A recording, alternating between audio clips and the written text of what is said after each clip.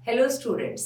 तो आज हम करेंगे एलिमिनेशन मेथड। इससे पहले हमने सब्स्टिट्यूशन मेथड किया था और 3.1 में हमने डील किया था ग्राफिकल मेथड के साथ। तो उन दोनों मेथड से किस तरीके से हम pair of linear equations in two variables solve करेंगे वो हमने सीखा।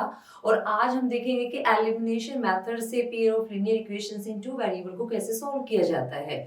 बहुत ही आसान और बहुत ही सिंपल मेथड है। स्टेप्स में हम इसको करेंगे ताकि आपको कोई प्रॉब्लम ना हो। तो करते हैं स्टार्ट एक्सरसाइज 3.3। तो फर्स्ट क्वेश्चन के कुछ पार्ट्स हैं यहाँ पे। ये मैंने न्यू एनसीईआरटी बुक को फॉलो किया है, तो उसमें जितने भी क्वेश्चंस हैं उन सबका सॉल्यूशन मैं आपको यहाँ पे प्रोवाइड करवाऊंगी। तो एलिमिनेशन मेथड और सब्स्टिट्यूशन मेथड दोनों से ही आपको इस न्यूमेरिकल को सॉल्व करना है। सब्स्टिट्यूशन मेथड तो देखो हम अप्लाई कर चुके हैं पूरी की पूरी। 3.2 आपकी सब्स्टिट्यूशन मेथड पे ही बेस्ड थी। अब यहाँ पे हम यूज करेंगे एलिमिनेशन मेथड का। तो आपका होमवर्क रहेगा यहाँ पे, मैं एलिमिनेशन मेथड से इस क्वेश्चन को सॉल्व करूंगी, आप सब्स्टिट्यूशन मेथड से इस क्वेश्चन को सॉल्व करोगे। आप मैच करोगे कि दोनों ही मेथड से हमारे आंसर सेम होंगे। और बेसिकली डिफरेंस क्या रहेगा दोनों ही मेथड से जब आप सोल्व करते हो, तो आपको डिफरेंस क्लियर हो जाएगा कि एलिमिनेशन मेथड से सोल्व करना as compare to substitution method बहुत ही सिंपल है। तो एलिमिनेशन मेथड क्या कहता है कि अगर आपके पास इस तरीके का कोई भी न्यूमेरिकल आपको गिवन है, तो आपको एक वेरिएबल वहां से एलिमिनेट करना है। अगर आपको याद नहीं आ रहा तो आप बैक जाइए और अपनी इंट्रोडक्टरी लेक्चर पे बेस्ड जो थर्ड चैप्टर का इंट्रोडक्टरी लेक्चर मैंने दिया है उसको जाके अच्छे से चेक करना। जब आप चेक करोगे तो आपको पता चलेगा कि वहां पे हमने ग्राफिकल मेथड, सब्स्टिट्यूशन मेथड और एलिमिनेशन मेथड तीनों ही मेथड को इलेबोरेट किया है। तो अब हम डायरेक्टली यहाँ पे अप्लाई करेंगे क्योंकि ये मेहनत हम वहां पे कर चुके हैं। मैंने स्टेप्स में भी आपको समझाया है वहां पे कि एलिमिनेशन मेथड को हम कैसे अप्लाई करते हैं। एक एग्जांपल भी मैंने आपको वहां पे दिया है, उसी एग्जांपल्स को मैंने ग्राफिकल मेथड से भी सॉल्व किया है, सब्स्टिट्यूशन मेथड से भी सॉल्व किया है और एलिमिनेशन मेथड से भी उसको सॉल्व किया है। तो यहाँ पे जो भी आपको सिंपल दिखता है कि जिसको इजिली एलिमिनेट किया जा सके उसी को एलिमिनेट करेंगे, चाहे वो फिर x हो चाहे वो फिर y हो। तो सबसे पहले ये देखो, अगर मैं यहाँ पे 3 से मल्टीप्लाई कर दूं, क्योंकि ये जो 3y है यहाँ पे क्या है 3y है, ये आपकी इक्वेशन नंबर 1 है, ये आपकी इक्वेशन नंबर 2 है। तो अगर यहाँ पे भी हम 3 से मल्टीप्लाई कर दें तो दोनों वेरिएबल्स और दोनों टर्म्स क्या हो जाएंगी, सेम हो जाएंगी हमारे पास, जिसमें कोफिशिएंट भी क्या रहेगा, सेम रहेगा। तो जैसे ही हम इन दोनों इक्वेशंस को ऐड करेंगे तो y यहाँ से एलिमिनेट हो जाएगा और आपको किसकी वैल्यू मिल जाएगी, x की वैल्यू यहाँ से आपको मिल जाएगी।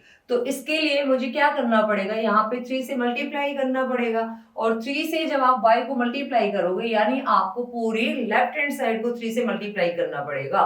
लेकिन अगर आपके पास दो वैल्यूज हैं, एक लेफ्ट में है एक राइट में और बीच में इक्वालिटी का साइन है, तो आप खाली लेफ्ट को तो 3 से मल्टीप्लाई नहीं कर सकते। इट मींस आपको राइट को भी 3 से मल्टीप्लाई करना पड़ेगा। क्यों? To maintain that equality.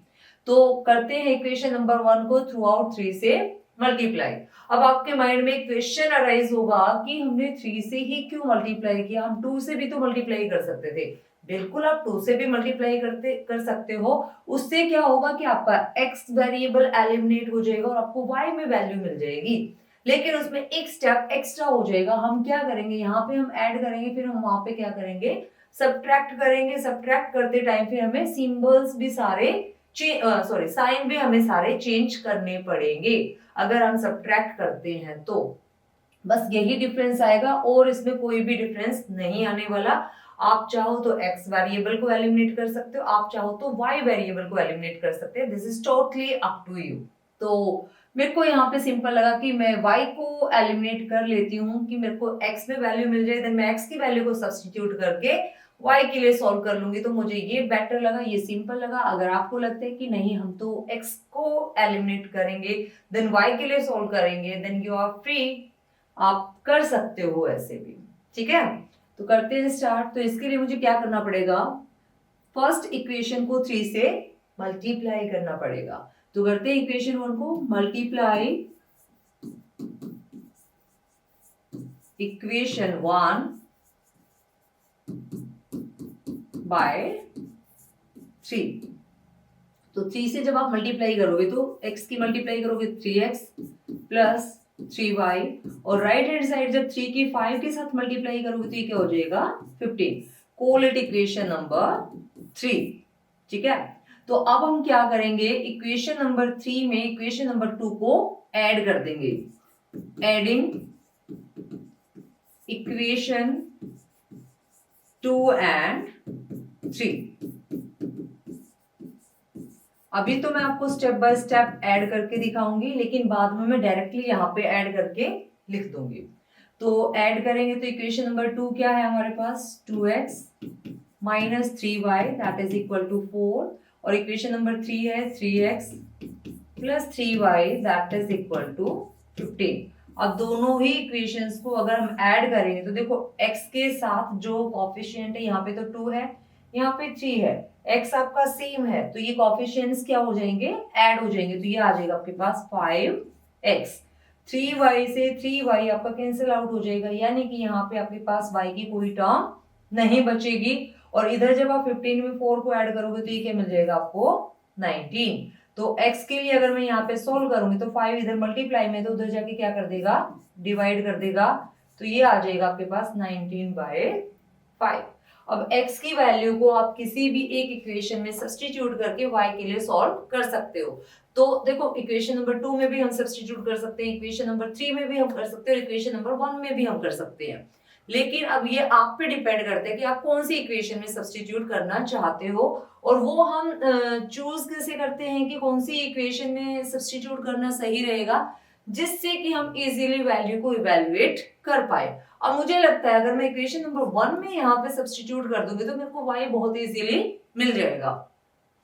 तो पुट कर दो या substitute the x is equal to 19/5 in equation 1।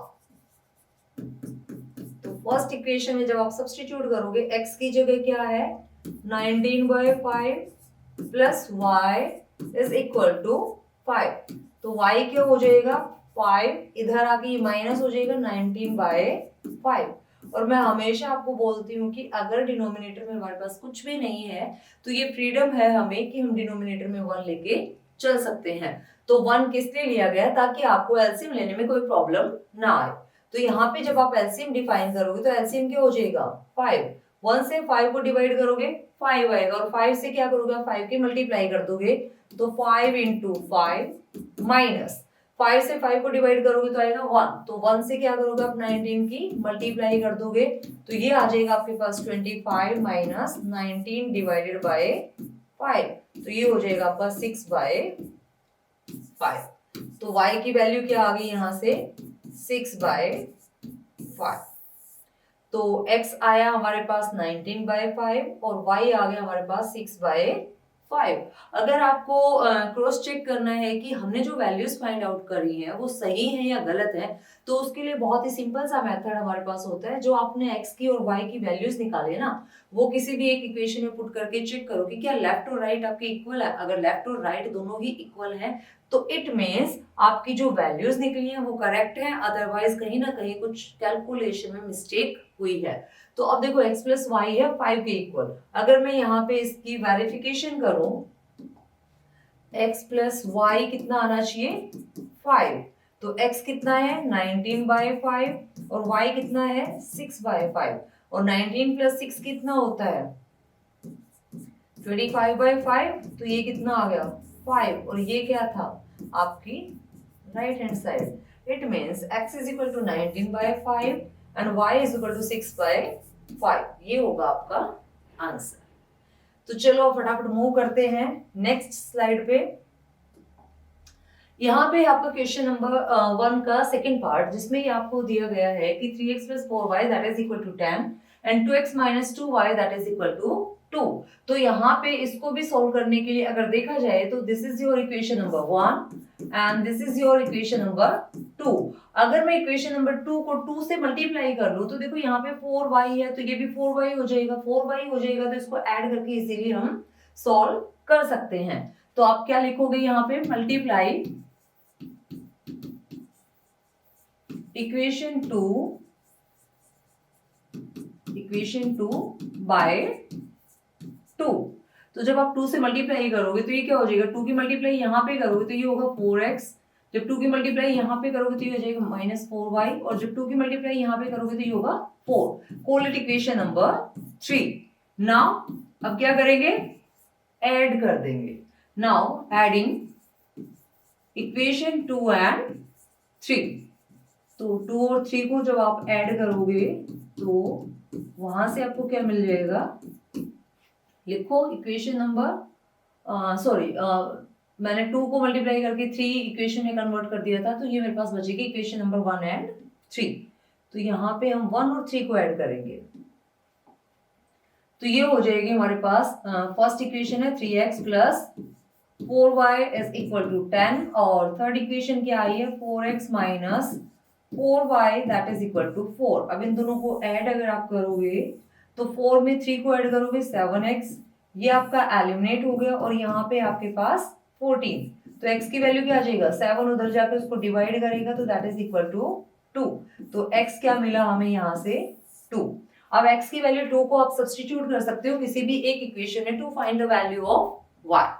तो x इज इक्वल टू 2 मैंने पुट कर दिया, put x is equal to 2 in equation 2। Equation 2 में देखो अभी मैंने आपको बताया कि जो भी आपको इजी वे लगता है, जो भी आपको सिंपल फॉर्म लगती है, आप उसी इक्वेशन में वैल्यूज को सब्स्टिट्यूट करो ताकि आप इजीली उसको इवैल्यूएट कर पाओ। तो यहाँ पे जब आप x की जगह 2 पुट करोगे तो 2 आपके पास ऑलरेडी है, 2 से आपकी मल्टीप्लाई हो जाएगी -2y that is equal to 2। तो ये हो गया 4 minus 2y that is equal to 2। जब 4 आपका दूसरी तरफ जाएगा, यानी कि जब आप राइट हैंड साइड 4 को लेके जाओगे तो अगर यहाँ पे प्लस है तो राइट हैंड साइड जाके वो क्या हो जाएगा, माइनस हो जाएगा। तो यहाँ पे -2y है तो ये हो जाएगा 2 माइनस 4। अब बड़ा नंबर माइनस का और छोटा नंबर प्लस का जब आप सब्ट्रैक्ट करोगे तो जो भी वैल्यू आएगी उसके साथ वही साइन होगा जो आपके बड़े नंबर के साथ है, यानी कि माइनस का साइन। तो -2y किसके इक्वल हो जाएगा, -2 के इक्वल हो जाएगा। यहां से माइनस माइनस आपका प्लस हो जाएगा और y क्या बचेगा, 2 इधर आके 2 को डिवाइड कर देगा दैट इज इक्वल टू 1। तो x की वैल्यू आई 2 और y की वैल्यू क्या आई 1। तो ये आपका एलिमिनेशन मेथड से हमने x और y की वैल्यू फाइंड आउट की। तो यहाँ पे देखो जब ग्राफिकल मेथड किया तो उसमें बहुत सारे स्टेप्स थे, जैसे कि सबसे पहले टेबल को क्रिएट करो, देन आप उन पॉइंट्स को फाइंड आउट करो, फिर पॉइंट्स को प्लॉट करो, प्लॉट करने के बाद जहाँ पे वो लाइंस मीट करती हैं या जो सॉल्यूशन रीजन आपके पास था, फिजिकल रीजन जिसको हमने बोला था, वहां से जो वैल्यूज आपको मिली थी that will be the solution. अब सब्स्टिट्यूशन मेथड में हमने क्या किया था, एक इक्वेशन से दूसरे वेरिएबल में हमने सॉल्यूशन फाइंड आउट किया था, फिर उसको सब्स्टिट्यूट किया था, सब्स्टिट्यूट करके वहां से एक वैल्यू हमें मिली थी, फिर उस वेरिएबल की वैल्यू निकाल के दोबारा हमने वापस जाके सब्स्टिट्यूट किया और फिर वहां से हमें हमारा दूसरा वेरिएबल मिला था। तो इस तरीके से हमें वहां पे वैल्यूज मिली। लेकिन एलिमिनेशन मेथड की जो क्वालिटी है वो क्या है कि वो फर्स्ट स्टेप पे ही आपको एक वेरिएबल की वैल्यू दे देगा। जैसे ही आप ऐड या सब्ट्रैक्ट करोगे एलिमिनेट करने के लिए, वो एलिमिनेट करके आपको वेरिएबल देगा और एक वैल्यू आपको असाइन कर देगा कि x ये तो 2 है, या y की कोई भी वैल्यू आपको निकाल के दे देगा। फिर जो काम बचेगा सिर्फ इतना बचेगा कि आपके पास चॉइस होगी कि 3 इक्वेशन अगर आपके पास है, तीनों में से किसी भी एक इक्वेशन में आप वैल्यू को सब्स्टिट्यूट करो और आपको दूसरा वेरिएबल इजीली मिल जाएगा। तो पेपर में ऐसा कुछ अगर वो मेंशन करता है कि ये पर्टिकुलर मेथड आपको अप्लाई करना है तो आपको देखो उस पर्टिकुलर मेथड से ही उस क्वेश्चन को सॉल्व करना पड़ेगा। अदरवाइज मैं आपको यही सजेस्ट करूंगी, और मैं क्या सजेस्ट करूंगी आपने खुद एक्सपीरियंस किया होगा, अगर आपको मेंशन नहीं किया गया है मेथड तो आपकी चॉइस होगी, आप किसी भी मेथड से सॉल्व कर सकते हो। तो मैं तो एलिमिनेशन मेथड से सॉल्व करूंगी, बाकी आप भी मुझे लगता है उस मेथड से सॉल्व करोगे।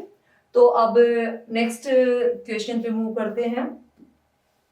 यहाँ पे आपको दिया गया है 3x minus 5y minus 4 that is equal to 0 and 9x is equal to 2y plus 7। तो सबसे पहले तो इसको चेंज कर लेते हैं मतलब इसको हमारी स्टैंडर्ड फॉर्म के साथ कंपेयर कर लेते हैं। वो थी कुछ इस तरीके से, तो यानी कि इसको अरेंज करके लिखना पड़ेगा। इक्वेशन नंबर 1 क्या होगी, 3x minus 5y is equal to 4. This is your equation number 1. और यहाँ से 2y को इधर ले आएंगे तो 9x minus 2y that is equal to 7। This is your equation number 2। अब यहाँ पे मेरे को सीधा सीधा दिख रहा है कि अगर इस इक्वेशन को 3 से मल्टीप्लाई कर दी जाए तो x के कोएफिशिएंट सेम हो जाएंगे, जिससे कि x के वेरिएबल को हम इजीली एलिमिनेट कर पाएंगे। तो करो मल्टीप्लाई यहाँ पे इक्वेशन नंबर 1 को किससे, 3 से। तो multiply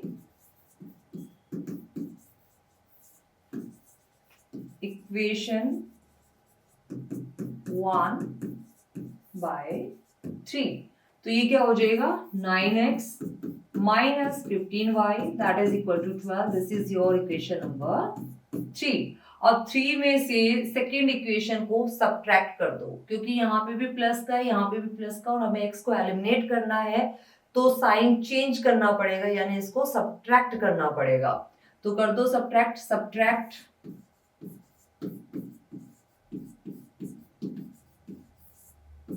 equation 2 from equation 3. So this is your equation number 3, 9x minus 15y that is equal to 12, and this is your equation number 2, 9x minus 2y is equal to 7, and now we are gonna subtracting. तो यहाँ पे आपका minus हो जाएगा, ये आपका plus हो जाएगा, ये आपका माइनस हो जाएगा, ये आपका एलिमिनेट हो गया। माइनस 15 एंड प्लस 2, तो 15 में से 2 को जब आप सब्ट्रैक्ट करोगे तो 13 आएगा, और साइन कौन सा होगा, जो आपका बड़ा नंबर है उसके साथ है, तो माइनस 13y। और यहाँ पे जब आप 12 में से 7 को सब्ट्रैक्ट करोगे तो आपको क्या मिल जाएगा 5, तो y की वैल्यू क्या आ जाएगी माइनस 5/13। अब y आपके पास आ चुका माइनस 5/13, तो इसको सब्स्टिट्यूट कर दो किसी भी एक इक्वेशन में to find the value of x। तो हमने सब्स्टिट्यूट कर दिया है इसको इक्वेशन नंबर 1 में, तो put y is equal to minus 5/13 in equation 1। तो ये हो जाएगा आपके पास 3x minus 5 minus 5/13 is equal to 4। तो यहां से ये आ जाएगा 3x plus 25/13 is equal to 4। तो 3x is equal to 4 minus 25/13, 52 minus 25 divided by 13।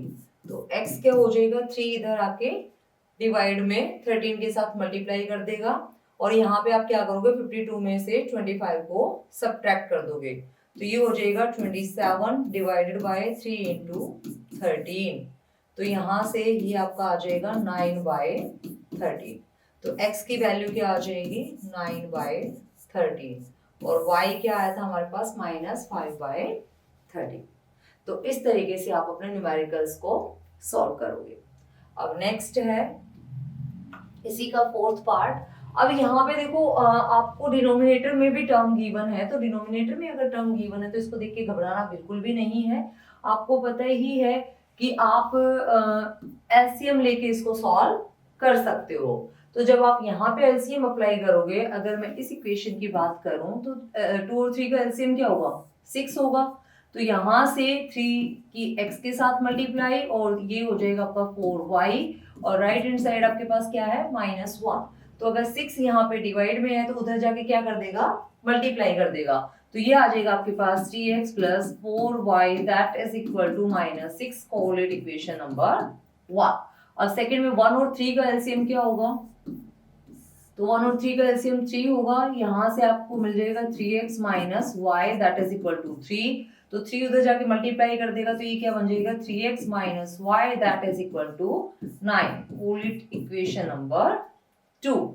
तो अब देखो यहाँ पे इक्वेशन 1 और इक्वेशन 2 में आपको क्लियरली दिख रहा है, यहाँ पे भी 3x और यहाँ पे भी 3x है, तो इसमें ना आपको कुछ अलग से मल्टीप्लाई करने की जरूरत है, तो आप डायरेक्टली क्या कर दोगे इन दोनों को सब्ट्रैक्ट कर दोगे। तो वो आपकी चॉइस, आप 1 में से 2 को सब्ट्रैक्ट करते हो या 2 में से 1 को सब्ट्रैक्ट करते हो। तो हम यहाँ पे लिखेंगे सब्ट्रैक्टिंग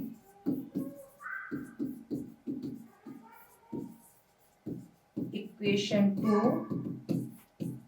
फ्रॉम इक्वेशन 1। तो 2 को 1 में से सब्ट्रैक्ट करना है। तो 1 है हमारे पास 3x plus 4y that is equal to -6, और सेकेंड है हमारे पास 3x minus Y that is equal to 9। इनको जब आप सब्ट्रैक्ट करोगे, ये आपका माइनस, ये आपका प्लस और ये आपका माइनस, ये आपका cancel out. 4y plus Y कितना हो जाएगा 5y, और यहाँ से माइनस 15 आपको मिल जाएगा। तो अगर मैं इसको y के लिए सॉल्व करूंगी तो मुझे मिला है 5y that is equal to -15। तो y क्या हो जाएगा -15 डिवाइडेड बाय 5 यानी कि -3। तो यहाँ से y की वैल्यू क्या आ जाएगी -3 आ जाएगी। अब y की वैल्यू -3 मेरे पास आ चुकी है, तो किसी भी एक इक्वेशन में मैं सब्स्टिट्यूट करके किसकी वैल्यू फाइंड आउट कर सकती हूँ, x की वैल्यू फाइंड आउट कर सकती हूँ। तो put y is equal to -3 in equation number 1।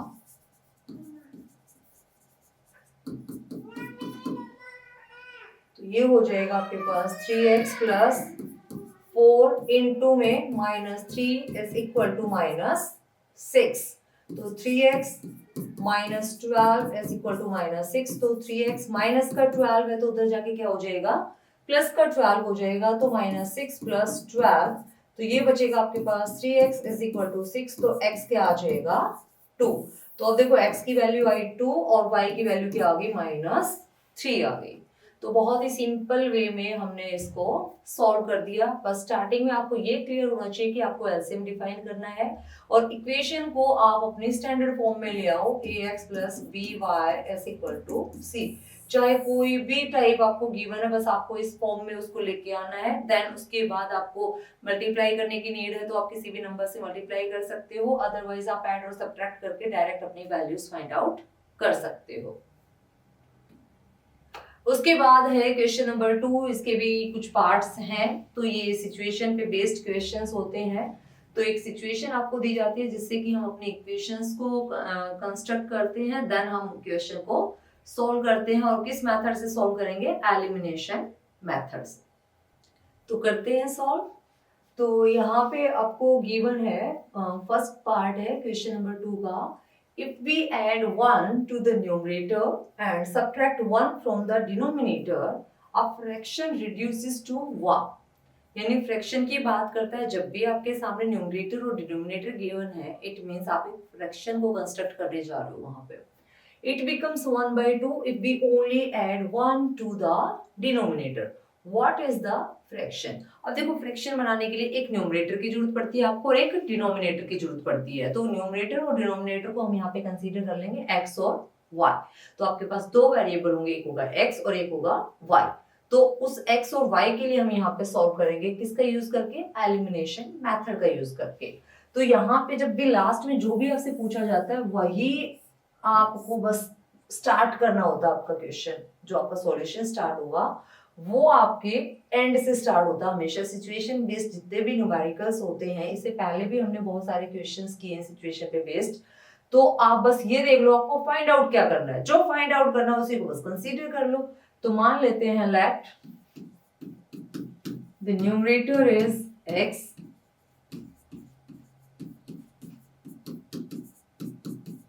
and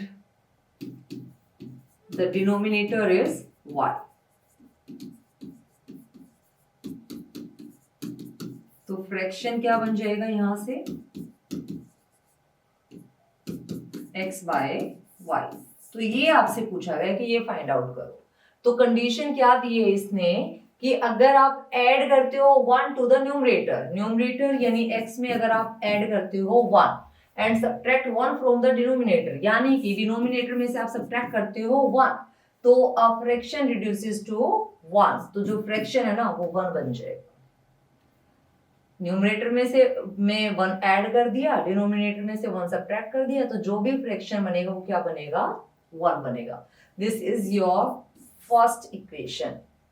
उसके बाद कहता है कि 1/2 बन जाएगा, it becomes 1/2 if we only add 1 to the denominator, कि हमें कुछ नहीं करना, सिर्फ डिनोमिनेटर में 1 को ऐड करना है। जैसे ही आप डिनोमिनेटर में 1 को ऐड करोगे तो ये नंबर क्या बन जाएगा 1/2। तो this is your numerator and this is your denominator. Denominator में आपको ऐड करना है 1 और ये बन जाएगा 1/2। तो this is your equation number 2।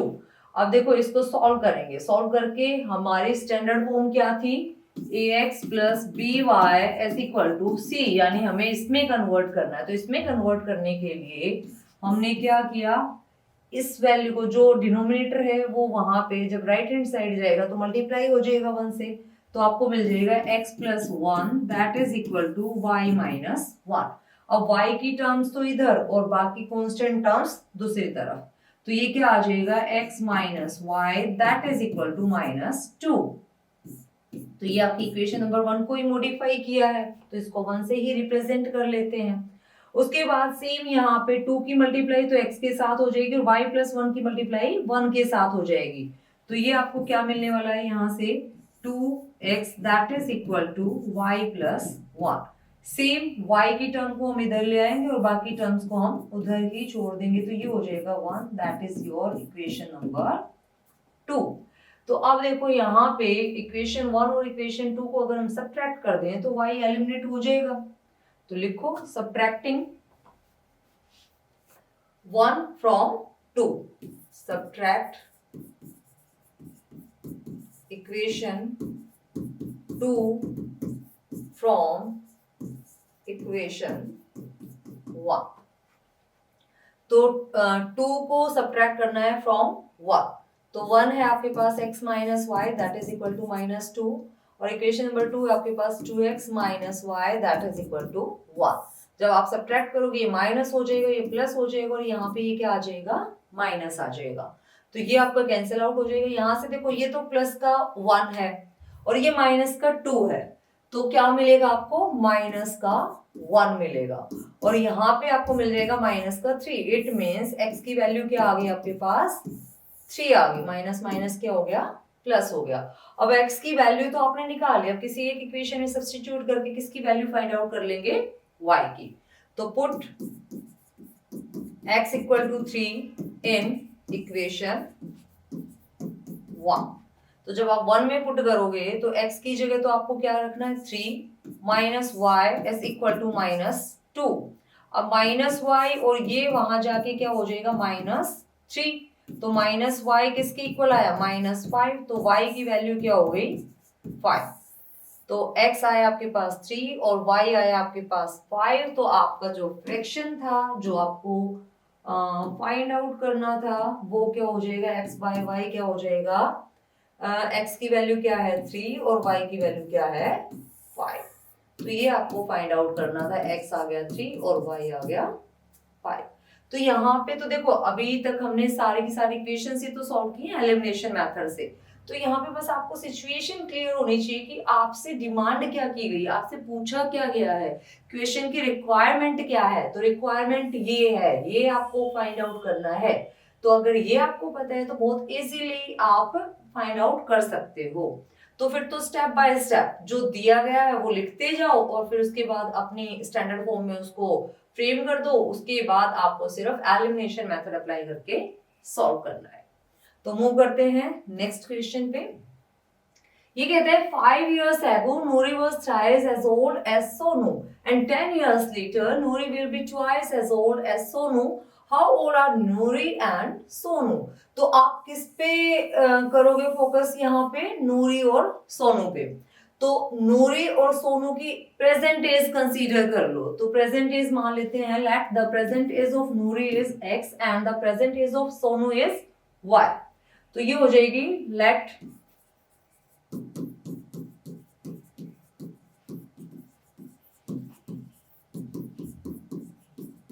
Present age of Noori क्या हो गया x and let the present age of Sonu is y। तो आपको ये x और y फाइंड आउट करने हैं।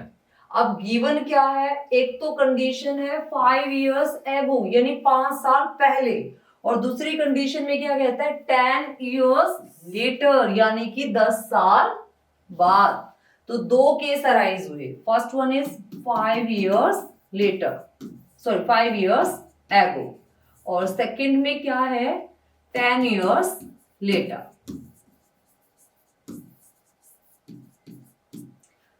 5 years ago यानी 5 साल पहले, तो यानी 5 सब्ट्रैक्ट हो जाएगा, तो x में से भी 5 सब्ट्रैक्ट हो जाएगा और जो आपकी सोनू की एज है उसमें से भी 5 सब्ट्रैक्ट हो जाएगा।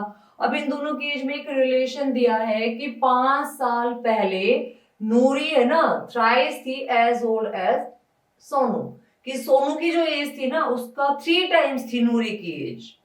तो अगर मैं सोनू की एज को 3 से मल्टीप्लाई कर दूं तो दोनों की एज इक्वल हो जाएगी, है ना, ये इक्वालिटी होल्ड कर जाएगी ना यहाँ पे। फिर कहते हैं कि 10 साल बाद अभी अगर x है तो 10 साल बाद तो 10 और ऐड हो जाएगा ना उसमें, तो x प्लस 10 और इधर आ जाएगा y प्लस 10। कहता है कि 10 साल बाद Noori will be twice as old as Sonu, तो नूरी क्या हो जाएगी, ट्वाइस हो जाएगी किसकी एज का, सोनू की एज का, तो ये कर दिया हमने ट्वाइस इसका। तो यहाँ पे अब इनको सॉल्व कर लेते हैं दोनों को सेपरेटली। ये होगा आपके पास x minus 5 that is equal to 3y minus 15। तो स्टैंडर्ड फॉर्म क्या कहती है, ax plus by that is equal to c, it means x और y की टर्म्स एक तरफ और कांस्टेंट टर्म्स दूसरी तरफ। तो ये हो गया x माइनस 3y और प्लस 5 हो जाएगा उस तरफ जाके, तो माइनस 15 प्लस 5 यानी कि माइनस 10, कोलिड इक्वेशन नंबर 1। अब यहाँ पे ये हो जाएगा x प्लस 10, 2 से आप करोगे मल्टीप्लाई तो ये हो जाएगा 2y प्लस 20, तो यहाँ से आपको मिल जाएगा x minus 2y that is equal to 10, called equation number 2। अब 10 कैसे हुआ, 20 प्लस का था, 10 उधर जाके माइनस हो जाएगा, तो 20 माइनस 10 कितना हो जाएगा, 10 हो जाएगा। अब देखो यहाँ पे नीड है किसी से मल्टीप्लाई करने की, no need, x directly eliminate हो जाएगा, बस आपको सब्ट्रैक्ट करना है, चाहे तो सेकंड में से फर्स्ट को सब्ट्रैक्ट कर दो, चाहे फर्स्ट में से सेकंड को सब्ट्रैक्ट कर दो। तो अब हम यहाँ पे क्या करेंगे, सब्ट्रैक्ट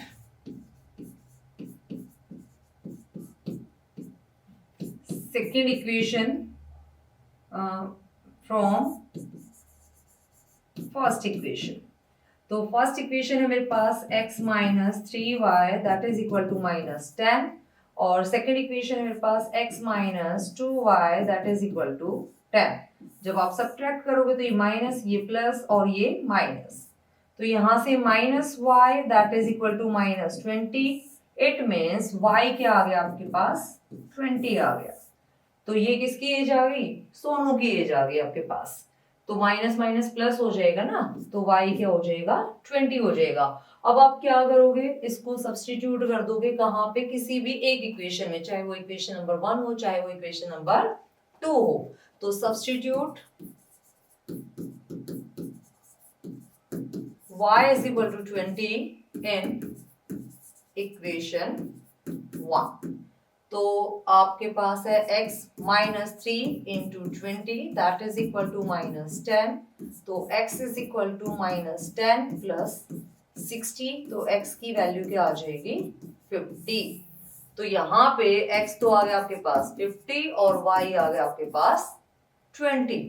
तो 5 साल पहले 50 माइनस 5 45 और 20 माइनस 5 15, तो यहाँ पे जब आप पुट करोगे तो ये 5 साल पहले 45 है, ये इसका 3 टाइम्स है, किसका, 5 साल पहले जो y है, तो y कितना है 15 है, तो 15 का 3 टाइम्स ही तो हुई ना ये।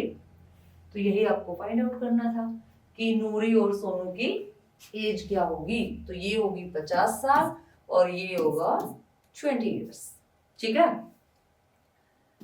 तो नेक्स्ट क्वेश्चन पे मूव करते हैं। The sum of the digits of a 2 digit number is 9, कि 2 डिजिट नंबर लिया गया है, उनकी डिजिट्स का जो सम है ना वो 9 है, और also 9 times this number is twice the number obtained by reversing the order of the digits, find the number. तो आपको नंबर फाइंड आउट करना है क्या होगा। तो अब देखो 2 डिजिट नंबर है, 2 डिजिट नंबर कुछ इस तरीके से होगा, मान लो ये 82 क्या है, 2 डिजिट नंबर है ना, इसको आप क्या बोलते हो, वंस प्लेस, और ये क्या होता है आपका टेंस प्लेस। एक्सपेंडेड फॉर्म याद है आपको, एक्सपेंडेड फॉर्म करते थे बहुत ही छोटी क्लासेस से करते हुए आ रहे हैं हम, 8 इंटू 10 प्लस 2 दैट इज 82। कि टेंस प्लेस पे जो नंबर है उसको हम 10 से मल्टीप्लाई करते हैं और फिर उसमें यूनिट डिजिट जो है हमारी वो ऐड होके हमारे पास नंबर आता है, यही होती थी ना। तो ये कॉन्सेप्ट आपको पता होगा तभी आप इस क्वेश्चन को सॉल्व कर पाओगे। अब दो डिजिट है मेरे पास, एक को कंसीडर कर लिया x और दूसरी को कंसीडर कर लिया y। तो जो आपकी यूनिट डिजिट है ना उसको मैंने कंसीडर कर लिया, यानी कि जो डिजिट आपकी वंस प्लेस पे उसको कंसीडर कर लिया x, और जो आपके टेंस प्लेस पे डिजिट है उसको कंसीडर कर लिया y। तो ये कहता है the sum of the digits of a 2 digit number is 9। तो आपका जो 2 डिजिट नंबर बनेगा वो किस तरीके से बनेगा, जो टेंस पे है y इंटू 10 प्लस x, इसी तरीके से तो कोई नंबर बनेगा ना आपके पास, y इंटू 10 प्लस x। ये देखो y इंटू 10 प्लस x, तो तभी नंबर बनेगा ना। तो उन दोनों डिजिट्स का सम कितना है आपका 9 है। 9 मतलब इसको और इसको ऐड कर दो तो आपको 9 मिलेगा, यानी कि जब आप x और y को ऐड करते हो तो आपको क्या मिलता है, 9 मिलता है। This is your equation number 1।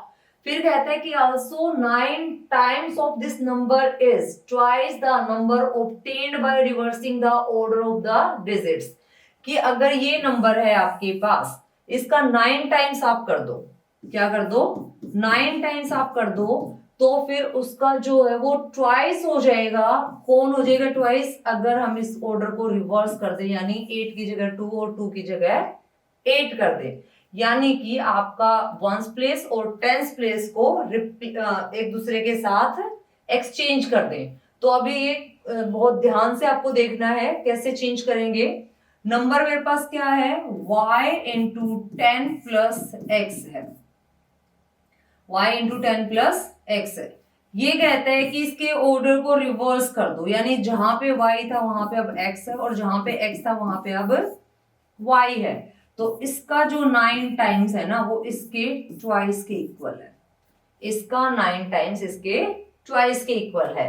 तो ये इक्वेशन क्या बन जाएगी हमारे पास, दिस इज 10y इंटू 9, तो 90y plus 9x that is equal to 10x into 2 कितना हो जाएगा, ये हो जाएगा आपके पास 20x प्लस 2y।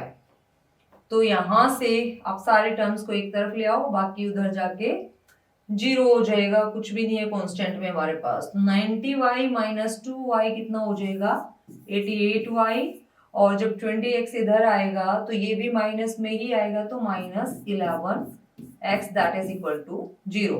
तो इन दोनों में एक रिलेशन आ गया। यहाँ पे देखो 0 अगर है तो बहुत ही और सिंपल हो जाएगा क्वेश्चन को सॉल्व करना। तो 88y जो है ना वो 11x के इक्वल हो गया। अगर 11 से मैं इसको डिवाइड करूंगी तो यहाँ पे 8 बचेगा, यानी x और y में एक रिलेशन आ गया मेरे पास। क्या रिलेशन आ गया, x जो है ना वो 8y के इक्वल आ गया। x किसके इक्वल आ गया, 8y के इक्वल आ गया।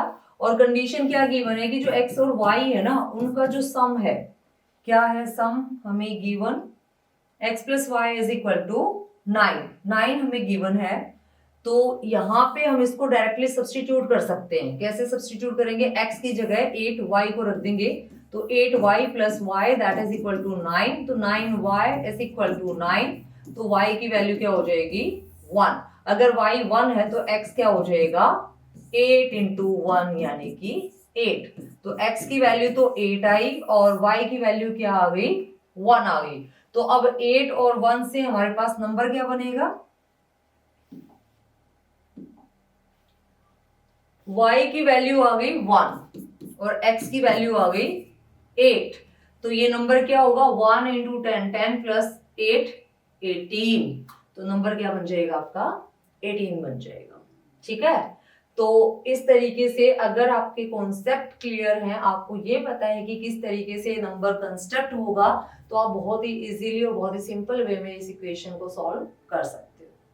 तो नेक्स्ट स्लाइड है आपकी, यहाँ पे कहता है Meena went to a bank to withdraw rupees 2000 and she asked the cashier to give her rupees 50 and rupees 100 notes only. Meena got 25 notes in all. Find how many notes of rupees 50 and rupees 100 she received. तो देख clearly आपको दिया गया है कि ₹50 के जो notes हैं उनको तो कंसीडर कर लो x, और ₹100 के जो नोट्स हैं उनको कंसीडर कर लो y। और टोटल नोट्स कितने हैं उसके पास? 25 नोट्स है टोटल। टोटल नोट्स कितने हैं? 25। तो एक इक्वेशन तो डायरेक्टली यहां से बनी गई, x plus Y that is equal to 25। अब वो विड्रॉ कितने रुपए करने गई है? 2000। तो 50 के जो नोट्स है मेरे पास वो x है, और 100 के जो नोट्स है मेरे पास वो y है। अगर मेरे को पैसों में, रुपीज में बात करनी पड़े, तो अगर मैं 50 से x की मल्टीप्लाई कर दूं और 100 से y की मल्टीप्लाई कर दूं, तो मेरे पास टोटल रुपीज जितने विड्रॉ करने वो आ जाएंगे। तो सेकंड इक्वेशन आ जाएगी। तो ये क्या हो जाएगा? 50 into x plus 100 into y that is equal to 2000। समझ आया आपको ये कॉन्सेप्ट? पहले कहते हैं कि टोटल 25 नोट्स है, और वो कहते हैं कि ₹50 के नोट्स हैं और ₹100 के नोट्स हैं। तो मैंने मान लिया कि जो 50 के नोट्स हैं वो x है, और जो 100 के नोट्स हैं वो y है। टोटल नोट्स कितने हैं? 25। तो x और y टोटल कितने हो गए? 25 हो गए। तो एक इक्वेशन तो मुझे यहां से मिल गई। अब दूसरी कंडीशन क्या दी है कि वो बैंक में गई है और उसको 2000 रुपए निकलवाने हैं, और वो जो 2000 रुपए निकलवाएगी ना उसमें सिर्फ 50 के और 100 के नोट हैं। तो जो 50 के नोट है वो तो x है, और जो 100 के नोट है वो y है। अगर मैं x को 50 के नोट से मल्टीप्लाई कर दूंगी और y को 100 के नोट से मल्टीप्लाई कर दूंगी, तो मेरे को जितने पैसे निकलवाने हैं वो टोटल पैसे नहीं आ जाएंगे उनको ऐड करने से। तो 50x प्लस 100y मेरे पास क्या हो गया? टोटल रुपीज जो मैं निकलवाना चाहती हूँ। तो ये आ जाएगा आपकी इक्वेशन नंबर 2। अब यहाँ पे इसको थोड़ा सा और सिंप्लीफाई कर लेते हैं, 50 से डिवाइड कर देते हैं थ्रू आउट। तो ये बन जाएगा आपका x plus 2y is equal to, या ये कहें कि हमने 50 को यहाँ से कॉमन निकाल लिया, इधर था 2000, तो ये बन जाएगा x plus 2y is equal to 2000 से को 50 से डिवाइड कर दिया, तो ये हो जाएगा आपका 40। तो x प्लस 2y कितना आ गया आपके पास? 40 आ गया। This is your equation number 2। इसी को रिफ्रेम किया ना। तो अब देखो फर्स्ट इक्वेशन में x plus Y is equal to 25, second equation में x plus 2y is equal to 40। अगर मैं सेकंड में से फर्स्ट को सब्ट्रैक्ट कर दूं तो मेरे को एक एलिमिनेट करके y मिल जाएगा। तो करते हैं, फर्स्ट को सब्ट्रैक्ट इक्वेशन 1 फ्रॉम इक्वेशन 2। तो इक्वेशन 2 है x plus 2y is equal to 40, और वहां से है x plus Y that is equal to 25। तो इसको जब आप सब्ट्रैक्ट करोगे तो ये आपका एलिमिनेट हो गया, ये आपका y आ गया, और यहां से ये आपका आ गया 15। तो y की वैल्यू तो 15 आ गई। अब किसी एक में सब्स्टिट्यूट कर दो। मैंने इक्वेशन नंबर 1 में सब्स्टिट्यूट कर दिया। Substitute y is equal to 15 in first. तो x plus 15 that is equal to 25। तो x कितना आ गया? 25 माइनस 15 यानी कि 10। तो x की वैल्यू क्या हो गई यहाँ पे? 10। तो जो 50 के नोट थे ना वो तो थे 10, और जो 100 के नोट थे वो थे हमारे पास 15। तो ये हो जाएगा आपका आंसर।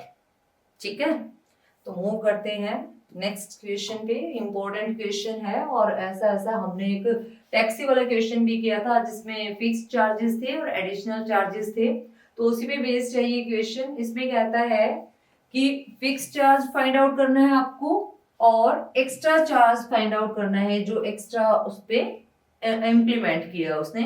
तो फिक्स्ड चार्ज को तो मान लेते हैं x, और जो एडिशनल चार्जेस हैं, एक्स्ट्रा चार्जेस हैं, उसको मान लेते हैं y।